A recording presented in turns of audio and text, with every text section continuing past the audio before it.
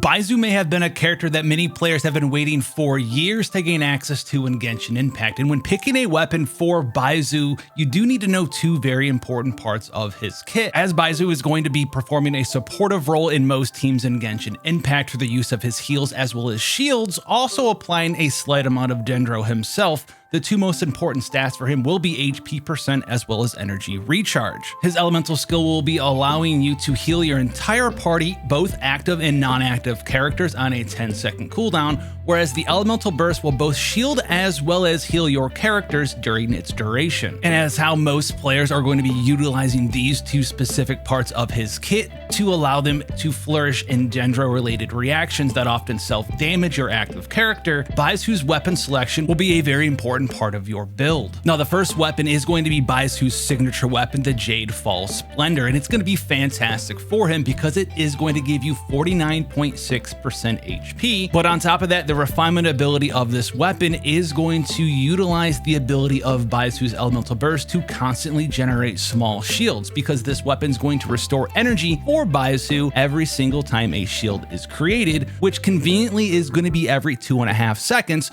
just from his elemental burst. And on top of that, it also will give Baizhu a small amount of damage bonus as well. But honestly, this part of the weapon isn't going to be that substantial for your build, as his multipliers are fairly low, and you could use him as a driver if you want, but he's much better suited for the general populace of Genshin Impact as a support character. Now, make no mistake, this weapon is going to be one of, if not his best weapons to equip to Baizhu in any Genshin Impact team in that supportive role. However, you may not need to spend the full $200 on a weapon for Baizhu. Now, if you're looking for a very cheap option for Baizhu that's also going to help scale his shields as well as healing, but also give you some other supportive options, look no further than Thrilling Tales of the Dragon Slayers. This weapon is also going to give you 35.2%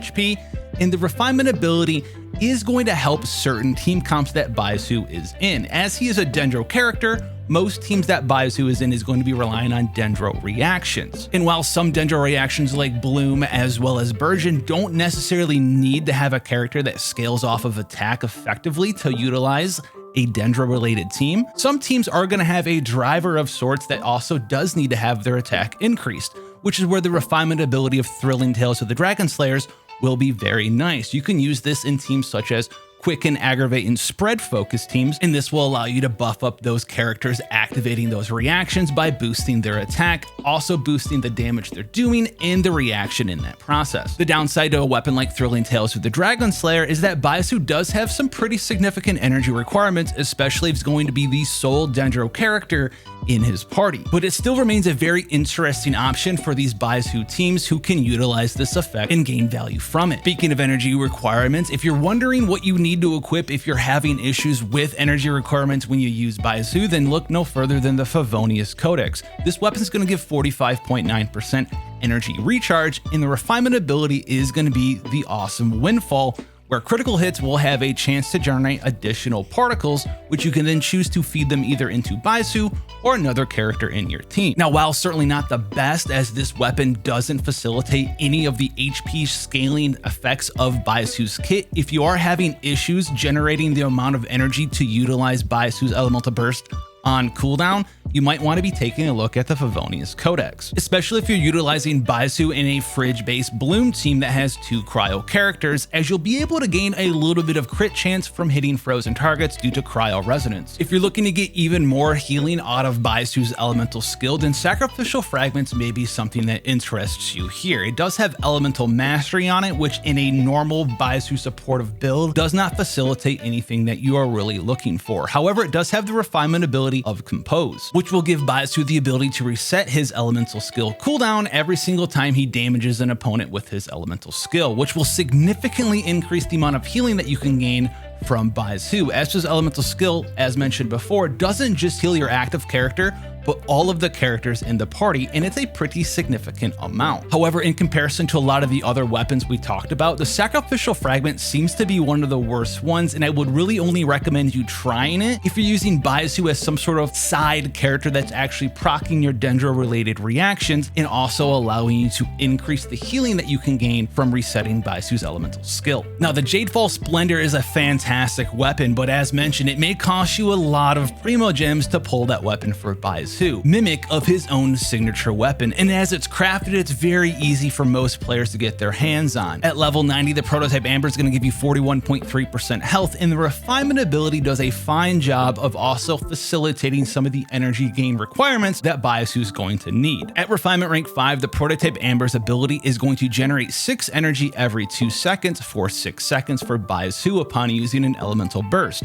which will get you back a grand total of 18 energy. But on top of that, all party members are also going to heal 6% HP every 2 seconds for this duration. So the prototype Amber is going to be a fantastic choice for Baizhu players who want the extra 18 energy to help facilitate his energy demands and also give your entire party an extra 18% in health restoration. Well, you can see just how valuable this is. It's going to mimic the energy restoration of the Jadefall Splendor and also give you bonus health restoration for everyone in your party. If the focus of your Baizhu build is going to be exactly that, someone that's going to shield and heal and protect your team, the prototype Amber is going to be by far his best free-to-play option. And while the energy restoration for Baizhu himself is worse on the prototype Amber than it is on his own signature weapon, the Jadefall Splendor, and unlike the Jadefall Splendor, the prototype Amber will also regenerate health as well when you elemental burst, further increasing the healing and shielding capabilities of Baizhu as well as the energy generation for everyone in your party. So while slightly worse in Jadefall Splendor in some categories, the prototype Amber will excel in others, and in the grand scheme of general use for Baizhu, I think it's going to be one of, if not his best weapons, not even accounting for the fact that it's going to be saving you a ton of primo gems. Another interesting weapon to look at when talking about Baizhu is going to be the Hakushin Ring. We talked about the thrilling tales of the Dragon Slayer with aggravate and spread reactions previously, and the Hakushin Ring is also going to be able to facilitate these electro-related dendro actions. Now, while this weapon doesn't have any sort of HP on it, so it won't help the shields and heals that Baizhu does, it does have a very nice refinement ability, and it does have energy recharge, which will help facilitate your elemental burst gain. The refinement ability of the Hakushin Ring reads as follows. After a character equipped with this weapon triggers an electro-elemental reaction, nearby party members of an elemental type involved in that elemental reaction